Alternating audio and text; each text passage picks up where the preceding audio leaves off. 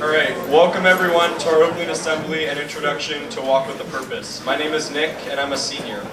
Each spring, as most of you know and as the freshmen will soon learn, Lick hosts a day-long conference aimed at developing a larger awareness of diversity in all of its forms and to shed light on some of the inequities that exist in our world.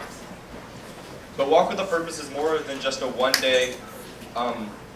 single day of discussions and workshops. We are exposed to these issues in class, in affinity groups, through the public purpose program, and in assemblies like today. Each year, Lick students attend the Student Diversity Leadership Conference and the White Privilege Conference. All of these events are important opportunities for us to think more deeply about who we are as people, and how we can stand with those who are different from us, and what community really means. My name is Sophie. So Nick, Marka, and I had the privilege of seeing Josh Healey perform twice during the White Privilege Conference in Kansas City last year. And truth be told, we were kind of obsessed with his unique performance style. His performance and the moments from his life that he shared really took some of the lofty ideas that we were learning about in the conference and kind of grounded them in a really meaningful and relatable context. It sounds cliche, but his stories made me laugh, cry, and think all at once in the best way imaginable. That same day we saw him perform for the first time, the three of us happened to be walking through the lobby of the hotel that had hosted the conference when Josh recognized my Lick sweatshirt and came up to us. He asked us if we knew Yeshi. It took us a second to realize that he meant Miss Gusfield, and explained to us that she was a homie of his from living in Oakland. Since making the Lick connection, we have been really plotting how to get Josh to perform here at school, and we're really excited that today is that day. Josh Healey is an award-winning writer, performer, educator, and creative activist. A regular performer on NPR's Snap Judgment, Healey's work has been featured in the New York Times, Huffington Post, and his 13-year-old nephew Brian Silverstein's YouTube page, where it has at least 27 likes. Former program director at Youth Speaks, he has performed and taught spoken word poetry and storytelling in over 100 schools around the Bay Area and the country. Most recently, he wrote and produced the web series The North Pole, a political comedy about gentrification, global warming, and gluten-free donuts. Born and raised in Washington, D.C., Healey these days eats his daily bagel in Oakland, California. Please give a warm welcome to Josh Healey.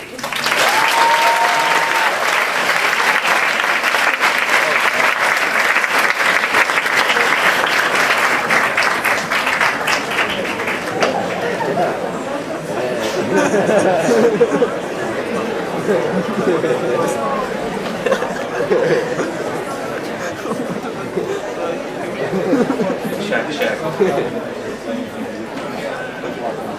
What's up, Lick-Wilmerding?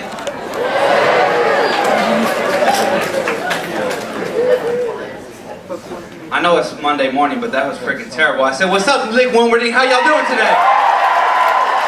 All right. Much better. I want to say, my name is Josh Healey. I want to say thank you to Sophie and the students for having me. Can you give it up for our student organizers? Are you guys mad that I didn't say your names too? Sophie and the other guys. Give it up for Sophie and the other guys. Shout out to my homie Yeshi. Where's my homie Yeshi at? Miss Gusfield, I see you.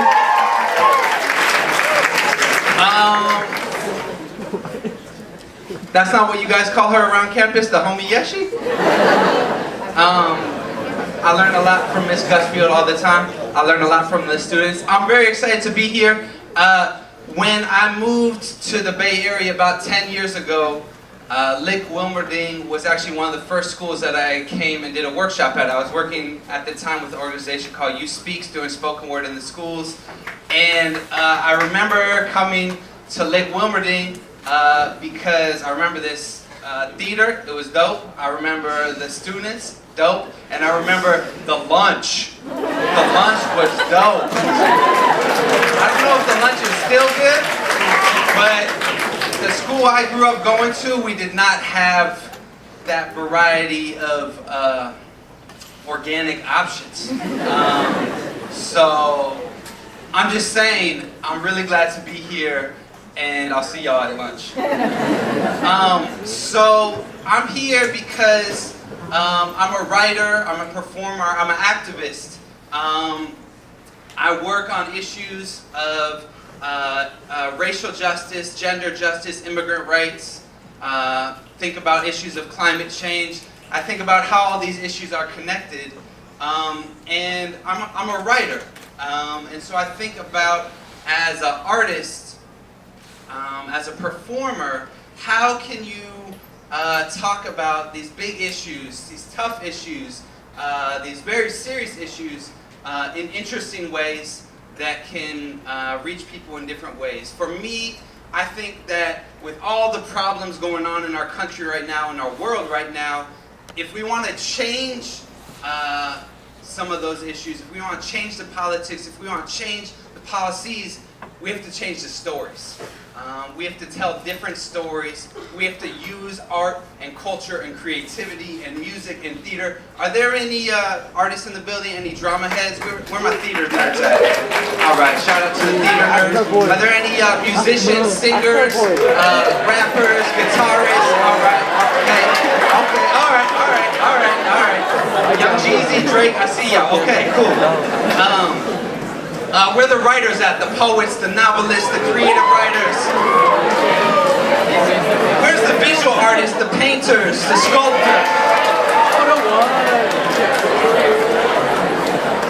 Where are the beatboxers at? Alright, beatboxers, we're gonna come back to y'all. Okay. And I'm forgetting a lot of other things. I feel that no matter what art, form, genre, style, languages you use and we use, the most important part is to understand the power of your voice through artistic expression, through academic expression, and through political expression to make social change. And so for me as a storyteller, I use stories, poems, and other forms of artistic expression to talk about these issues that matter to me. I'm going to talk a little bit about my story. I'm going to share this story to kick it off. If you're ready for your first story, Lick-Wilmerding, say yep, yep. Yep. Say yep, yep. Yep. All right, I hope you like this one. Good job with the yep, yeps.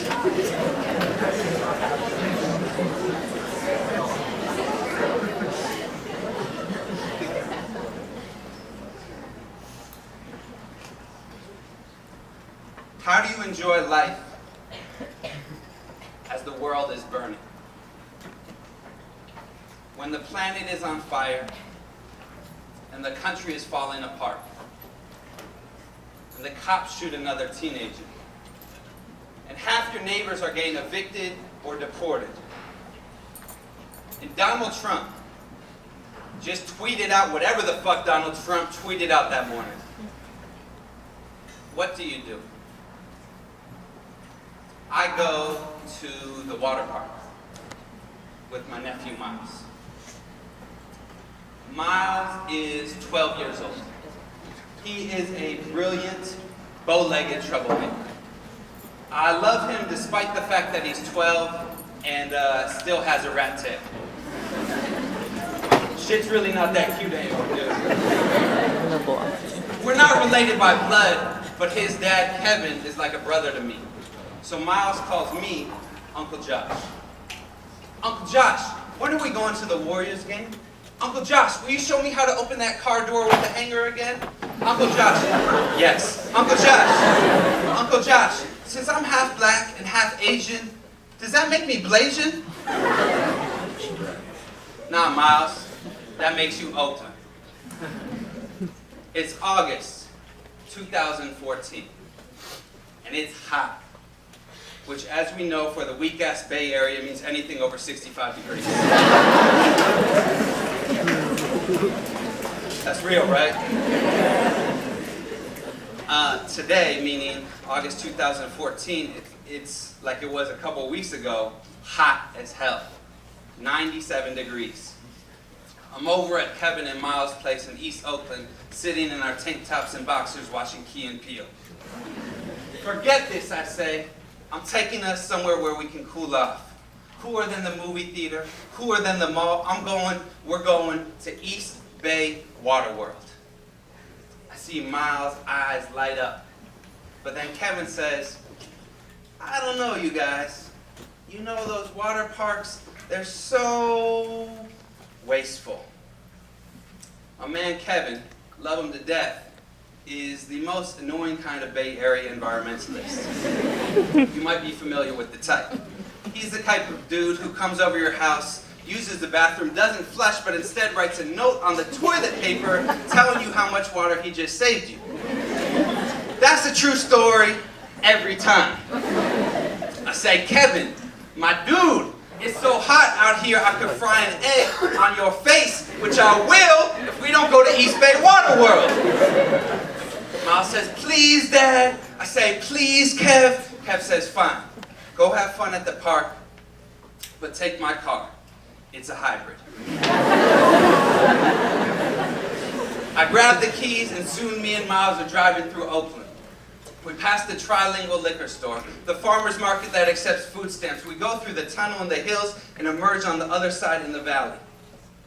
The further we get from the coast, the ground gets drier and drier, browner and browner. The only green I see is the manicured lawns of the suburbs, the golf courses, the empty field of the sprawling county jail. And then we arrive at our oasis in the desert, East Bay Water World, and y'all, it's even more beautiful than my heat-induced dreams imagine.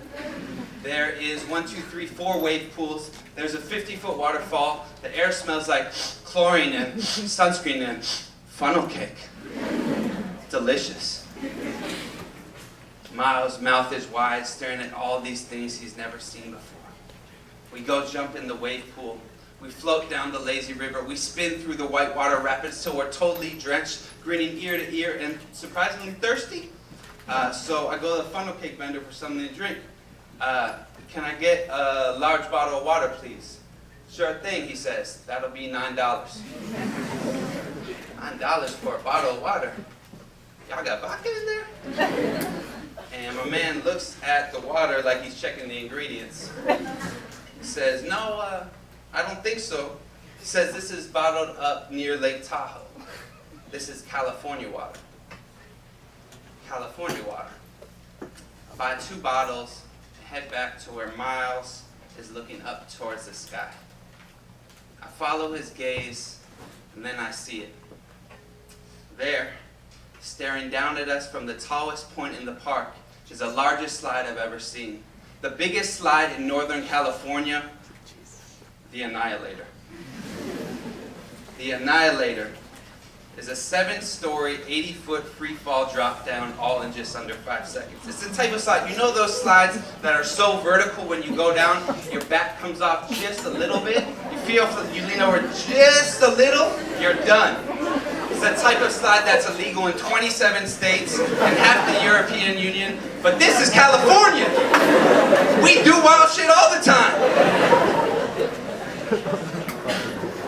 Now the worst part of the ride isn't the actual slide. No, that's just 5 seconds. The worst part is the 30-minute wait in line.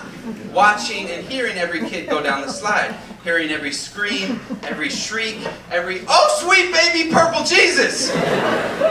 That's a direct quote from a 9-year-old. Shout out to Purple Jesus.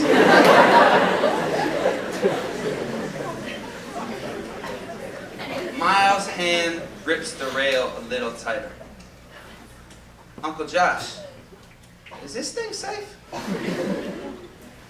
Before I can answer, I hear a loud voice shout from the top of the stairs. Hands up! Put your hands up!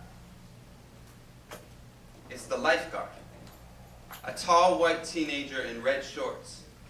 He's yelling at a kid about to go down the slide. I'm telling you, it's way more fun if you put your hands up. And his words hit me like a tsunami. It's August 2014. 2 weeks after the protests in Ferguson. 2 weeks after Mike Brown got shot. 2 weeks after those words, hands up, became the calling cry for a movement. Right now in Missouri, people are putting their hands up to protest the police killing another black boy in America. Right now in California, I'm watching kids put their hands up, go down a water slide called the Annihilator, and my nephew asked me if it's safe here. It's August in America. In Detroit, they're shutting off poor people's water. California, we're suffering of drought. Around the world, they're bombing water treatment plants, but in America, we have water parks in the desert, industrial almond farms in the desert, prisons in the desert. Me and my family live right here in the desert trying to find anything that could be called an oasis. And Miles asked me if it's safe here. What am I supposed to say to him? I don't want to lie to my nephew.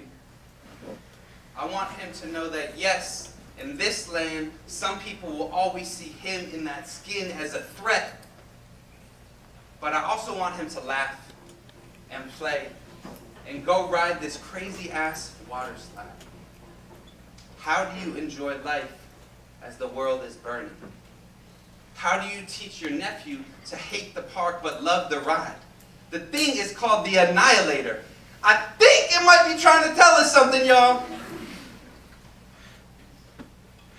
And now we're next in line. In front of us, a girl in blonde pigtails is shaking her head no. The lifeguard says, "It's okay. You don't have to do it." She steps away, and now Miles is up. He steps up, puts his feet in the rushing water. I can see the brown hills in the distance. Oakland in all her beautiful contradictions waiting on the other side. I wave at Miles. I say, "You've got this. You've got this, dude." And he waves back at me. And when he does, he lets go of the rail. His arms shoot up in the air. The rushing water carries him away. He shoots out and disappears over the edge. My nephew! And I rush to the side. I rush to the side and look over. And there's Miles at the bottom of the slide, safe and alive and pulling up his bathing suit. And he runs to get back in line. And the cycle continues. Water, blood, life, death, and maybe rebirth. I'm still on the top platform of the slide.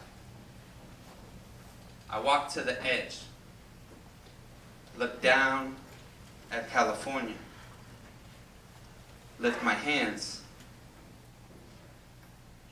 and let go. Thank you.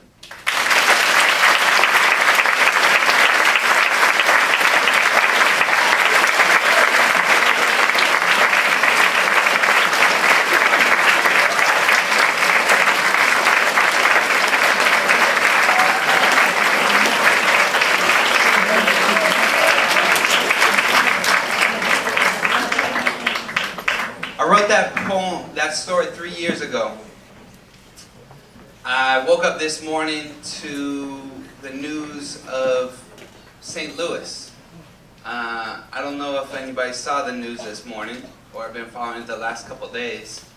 But what happened 3 years ago in Ferguson, which is right outside of St. Louis, is happening again in the city of St. Louis, where the courts just let off a cop who shot another unarmed black man.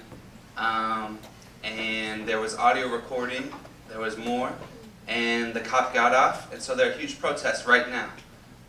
And I say that to say that, one, the past is never past, it's always present with us. And two, there is not only the injustice and inequalities that are going on, but there is always, wherever there is injustice and inequality, there is always resistance, protest, people pushing for justice. And if there's one thing I want to say to you all today, is that every great social change movement in America, in American history, has always been led by young people. Has always been led by young people. And a lot of times when you see stories about protests and social activism, and they say young people, they mean college, they say college students. And people think that's where activism happens. But if you look at where a lot of these protests start, they're actually with high school students. They're sometimes even with middle school students. Across the bay, at Berkeley High last week, they staged a walkout demonstration of over 500 students in support of immigrant rights, in support of what's called DACA, which is allowing young folks to stay in the U.S., who should stay in the U.S. And so what my message is to you all is that you have power now. Even if you can't vote, you have power now. You have a voice now, and this is something that you can make a difference on now. I'm reminded of being here. It's interesting. I'm reminded of being a senior in high school. Where are my seniors at? All right, shout out to y'all. Y'all got one more year to go to get the fuck out of here? Okay.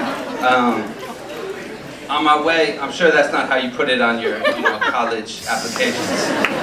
If you do, good luck. Buena suerte. I saw someone on their locker outside had something, they're going to Georgetown. That's my hometown. I'm from Washington, D.C.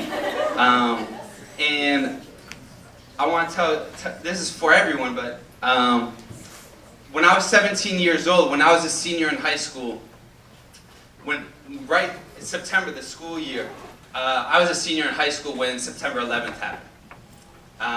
My mom works 2 blocks from the White House. My aunt works not that far from the Pentagon. When September 11th happened, which I know it before y'all time, it was 16 years ago, it was like when y'all were coming into the world. I was 17, I was your age. It was some scary shit. And it wasn't 3,000 miles away, it was my city and New York City where my other family lives. I went to a school in DC, Woodrow Wilson High School, the largest public school in the city. Meaning the largest, meaning the most segregated school. Where we were diverse, but we weren't together. And some of y'all might be familiar with a situation like that. And when September 11th happened, it hit home not just on the news, but at my school. On my soccer team, and sports was really the only place where a lot of people came together. On my soccer team, we had students who had families who worked at the Pentagon, and we also had students whose families were refugees from Iraq from the first Gulf War. On my soccer team. All the tensions that were going on in the world, all the hate, all the fear, all the names that were being called, were not just on CNN and Fox News, they were on my soccer team. And people were scared, people were angry. At the same time, it was the start of the school year. And I don't know, y'all have a lot of student clubs here? We had just signed up for student clubs. It was September. It was my senior year, and I had signed up for the spoken word poetry club. I was going to be a writer. And this group of poets had the most unoriginal poet name of all time. We were called The Movement. We were really original like that. The Movement. I signed up for the thing, and we were going to have our first open mic on campus. We had it set up. Then September 11th happened. Our principal said we couldn't have the open mic because he was afraid, literally, that there would be a riot. That if we gave people the chance to speak their minds, that the things that they would say would turn students against each other. He was terrified. We said, no, this is exactly why we need to do it, how we need to do it, and we need to control it. We had teacher support, but it was all student-led. They gave us a small room in the basement that was supposed to be 50 people. We ended up packing with 250. We had the poets, we had the writers, we put art on the walls, we had the DJs. It was the first open mic I ever went to. First time I got to see all the talent in my school, but it wasn't even about the art. It was really about young people coming up and telling their stories. Everyone just came and talked about how they felt from one side to the next. Out of that open mic came a walkout at my high school. Peace march This isn't in the national news, it's not in the history books. The first anti-war march in DC after 9/11 was led by 3 high schools. Mine was one of them, a couple weeks after 9/11. My school, Wilson High School, at the front of our march was the students from the Pentagon families and the students from the Iraq War refugee families together leading the March for Peace. That was made possible because of this space of free expression, of unity, and of listening to each other, radical listening to each other's stories at the open mic. And I didn't understand at the time what was happening, but I knew there was something powerful here. There was something powerful here, and that if you give people a chance to tell their stories and listen to each other, that we can overcome some of the division that's going on. So that was me at 17, as a writer, learning. And so good luck at Georgetown. I'll tell you where the open mics are in DC. This next piece I want to share with y'all. How y'all feeling? Lick, y'all feeling good? Yeah. You ready for your next poem? Say yup. Yeah. Say yup. Yeah. I don't know who did it, but someone over here did it very well. That was very good yup. Respect to your yup. That yup had like 3 syllables.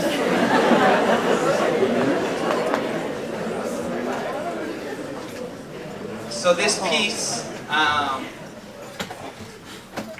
piece is about sometimes you hear something, you see something, you know it's wrong, but you don't do anything about it even though you know you should.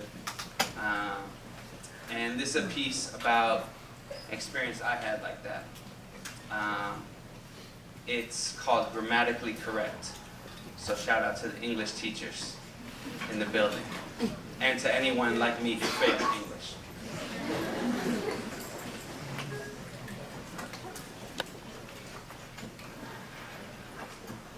One, the word crashes into my left ear like a well-aimed brick. I can't stand him. He's so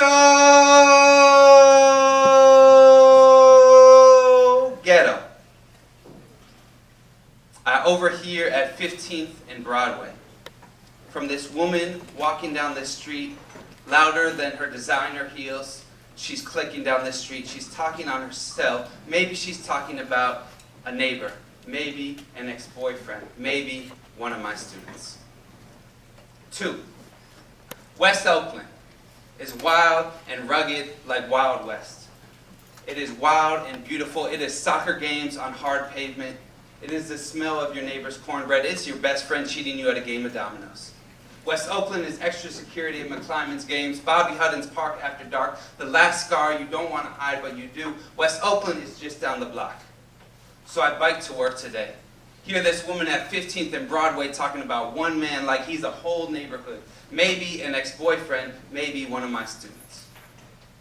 3, Venice, Italy, on the other side of the map, is a tourist trap. It is water roads and Hollywood settings. It is romance novels and James Bond's getaway. Venice, Italy was home to Vivaldi. It was home to Marco Polo. It was home to Hebrews. 15th century Jews expelled from Spain the same year they gave Columbus 3 ships to go get some quick tea from India. Venice, the city of rivers, needed no walls to wall my people in. Forced all the Jews into Il Ghetto Vecchio, the world's oldest ghetto for the world's oldest people. The first ones lucky enough to have that word slurred at us to enjoy such a privilege. 4, Gaza. 5, the high-heeled woman at 15th and Broadway, maybe a bank manager, maybe my cousin calls him so ghetto. I want to get off my bike, throw her phone and matching purse into a brick wall and ask her, lady, do you know what that word means?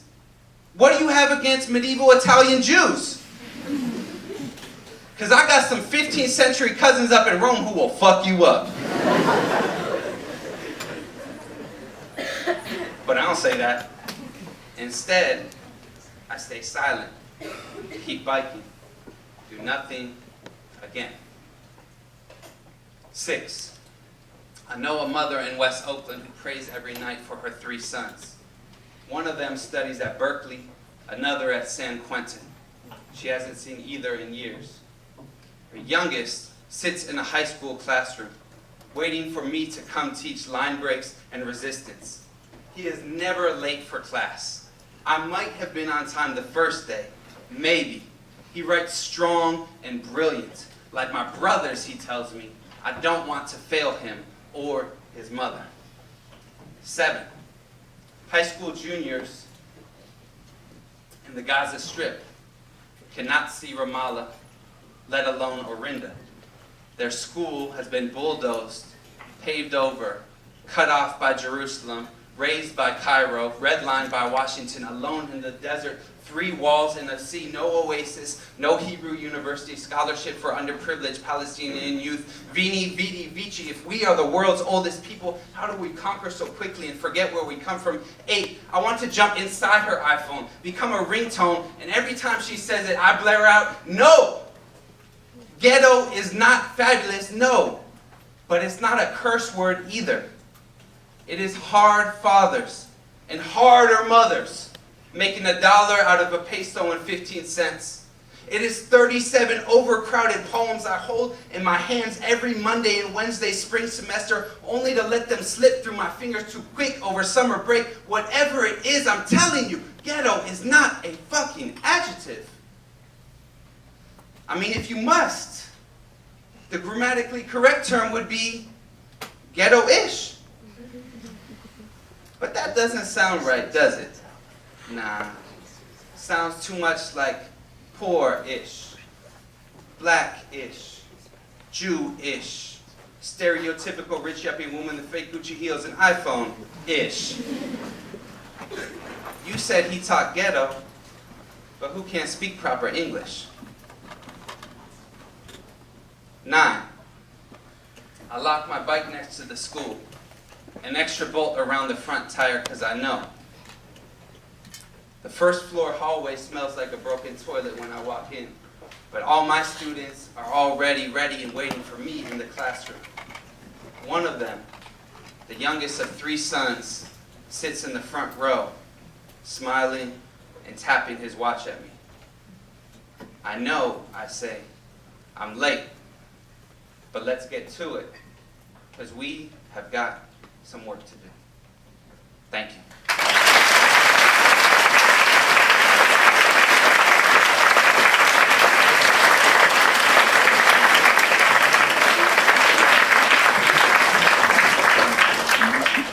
When I say youth, y'all say speak. Youth? Speak. Youth? Speak. When I say student, y'all say power. Student? Power. Student? Power. Young people have a lot of power.